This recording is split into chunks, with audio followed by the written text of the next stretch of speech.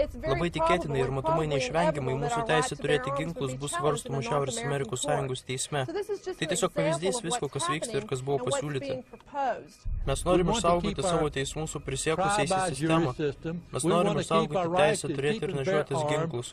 Mes norime sistemos, kurie yra aukščiausiasis teismas, o ne sistemos, kurie yra tribunolas, kuris yra virš aukščiausiojo teismo. 2005 metais Ispanijos kompanija Cintra pasirašė slaptą susitarimą su Teksaso transportavimo departamentu dėl kelių mokesčių rinkimų jau esamuose bei naujai tiesiamuose keliuose, kuriuos jau ir taip apmokėjo mokesčių mokėtojai. Norit tikėkit, norit ne, bet Teksase gyvena žmonių, kurie nei nežino, kas yra Trans-Teksaso koridorius. Jis teisus. TTC 69 mes vis dar vedame aplinkosaugos posėdžius, kurie prasidės šį pavasarį mano valstijos regione. Ir yra žmonių, kurie neturi žalio supratimo apie tai, kas jų laukia. Rinkėjų neišrinktos valstijų agentūros XDOT teigimu apie susitarimą su užsienio kampanija nežinojo net Teksaso įstatymų leidėjai. Kai tik paaiškėjo ši žinia, visoje valstijų spaudoje buvo kalbama, jog politikoje lėks galvos. Citra greitai sureagavo ir atsakydama į tai iš savo Australijos filialo lėšų papirko visus JAV laikraščius, kurie kritikavo Trans-Teksaso koridorių arba kalbėjo apie kelių mokesčių planą. 40 ar 50 laikraščių papirkimas yra niekis palyginus su laukiamu pelnu. Vien tik pirmos fazės metu valstijų kelio mokestis žada atnešti $200 milijardų pelną per pirmosius 15 metų. O Teksasas tai yra mažytė dalelė jų globalinėje panoramoje. Besijungiančios užsienio kompanijos atkakliai konsoliduoja viešųjų finansų infrastruktūrą visame pasaulyje. Ir tie patys suinteresuoti sluoksniai iškelia pasaulinę valdžią, kuri veikia pagal jų taisyklės. Taigi kokia korporacinės korupcijos stebuklų šalis, kurioje valdžia veikia lyg siurblys, perpompuojantis visus viduriniosios klasės turtus ir resursus į užjūrio bankų sąskaitas, palikdamas po savęs kultūrinę bei ekonominę tuštumą su lengvai valdomais vergais. Visa Šiaurės Amerikos laisvo prekybinio susitarimo esmė glūdi ne prekyboje. Tame slypi noras kontroliuoti, noras valdyti žmonės.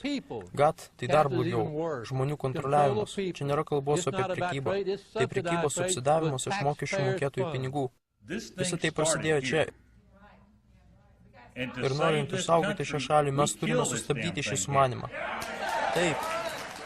Jei mes visą tai sustabdysime čia, Teksase, tai čia pat sustabdysime ir naują pasaulinę tvarką. Apklausos rodo, kad daugiau nei 90% žmonių yra prieš naftos greitkelių sistemą ir jos mokesčius. Kuomet žmonės suprato, koks tai pavojus, jie gerokai supyko ir ėmėsi atitinkamų veiksmų. Aš suprantu, kad čia rančą mums kažkada padovanojo Ispanija, bet man nepatinka, kad dabar Ispanija jie nori iš manęs atsiimti.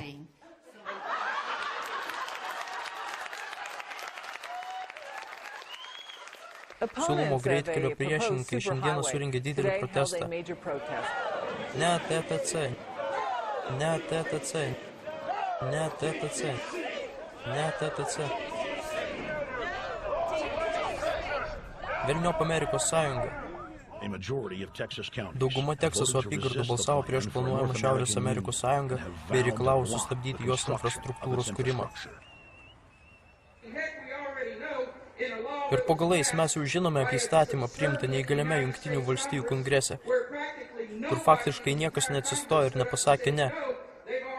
Jie jau priėmė įstatymą, kuris numato čipų integravimą į visus vairuotojų pažymėjimus. Ir žinot, ką aš jums pasakysiu, aš nesiruošiu turėti vairuotojų pažymėjimų su jokiais čipais, kad paskui mane didysis brolis galėtų visur sekti, kur aš važiuoju ir stebėti, ką aš darau. Ne po velnių, ne visam tam šlamštui. Mes, žmonės, esame šios žemės savininkai. Mums, žmonėms, priklauso šie augantis medžiai. Mes, žmonės, esame šio gražiojo Teksaso savininkai. Ir mes neleisime grupiai plėšikų magnatų atimti iš mūsų šio nuostabiojo Teksaso. Po velnių, ne. Ačiū.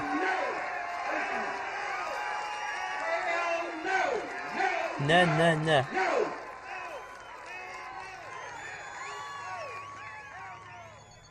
RFID sekimo čipai integruoti valstybinės inspekcijos lipdukus ir muitų žymes jau yra naudojami žmonių sekimui.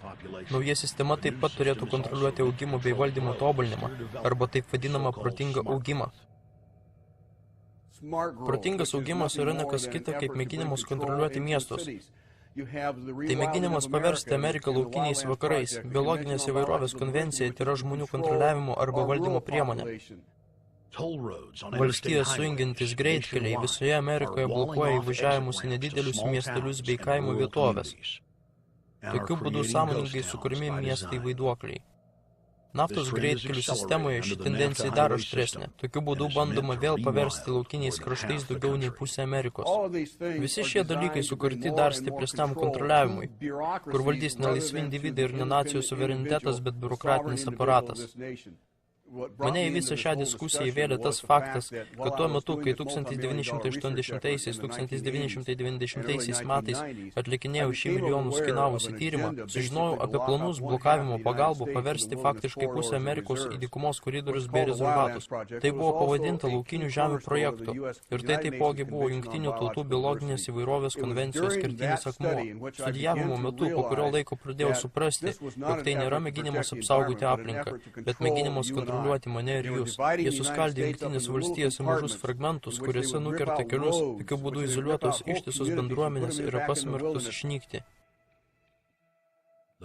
Federalinę greitkelių sistemą suprojektavo Pentagono karo strategai 1950 metais, kad Jungtinių valstijų invazijos atveju galima būtų žaibiškai greitai dislokuoti sausumos pajėgas.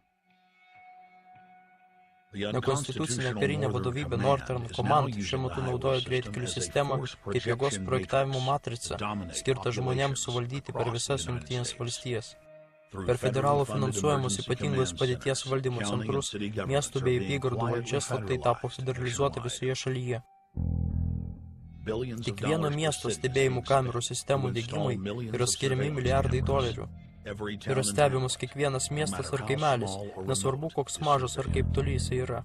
Automobilinius numerius nuskaitanti programinį įrangą gali sekti bet kur ir bet kada važiuojančius amerikiečius. Naujos sistemos sugeba nuskanuoti veidus, skaityti lūpų kalbą bei analizuoti eiseną. Remiantis išdavikiškų karinių įgaliojimų aktų, Amerikos piliečiai nuo šiol gali būti slapta sulaikomi, iš jų gali būti atimta pilietybė ir jie netgi gali būti nugabenti į slaptas kankinimo stovyklas ir ten slapta nužudyti. Pagal patriotinių aktų 802 skirsnį, bet koks nusižengimas dabar gali būti traktuojamas kaip terorizmas.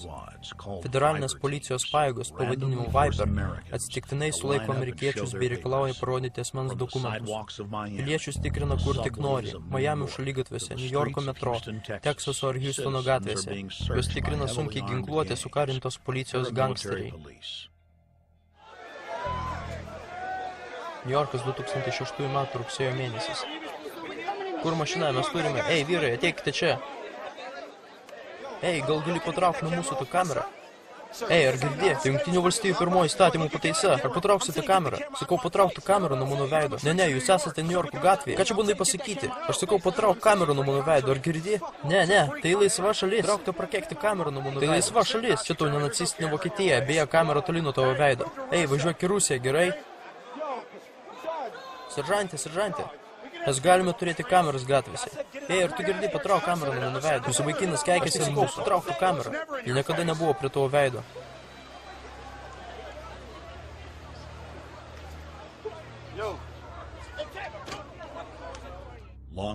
Dar seniai prieš rugsėjo 11 Pentagonas grubiai pažeidinėjo federalinius įstatymus, draudžiančius kariuomenei reiduoti bei kontroliuoti Amerikos piliečius. Per visą Ameriką ginkluotų pajėgų grupės gali tiesiog atsirasti iš niekur ir laisvai tikrinti mašinas bei praeivius. Su dideliu pasitikėjimu armija tikrino žmonių krepšių super taurės varžybos metu 2006 metais bei kitų didelių renginių metu.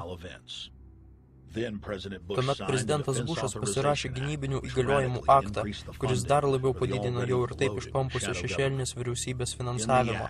Šiame akte vykdomoji valdžia formaliai anonsavo, jog vyksta pasiruošimas šalies maištams ir kad bus vykdomas prevencinis valstijų gubernatorių ir įstatymų leidėjų galių apribojimas. Tokiu būdu federalinė vyriausybė atvirai paskelbė, kad tik ji yra vienintelė valdžia, traktuojanti žmonės bei valstijas kaip savo priešus. Vėliau 2007 m. gegužės 9 dieną prezidentas Bušas neteisėtai suteikė savo naujų įgaliojimų, kurie prezidentūrą oficialiai transformavo į dekretinę diktatūrą.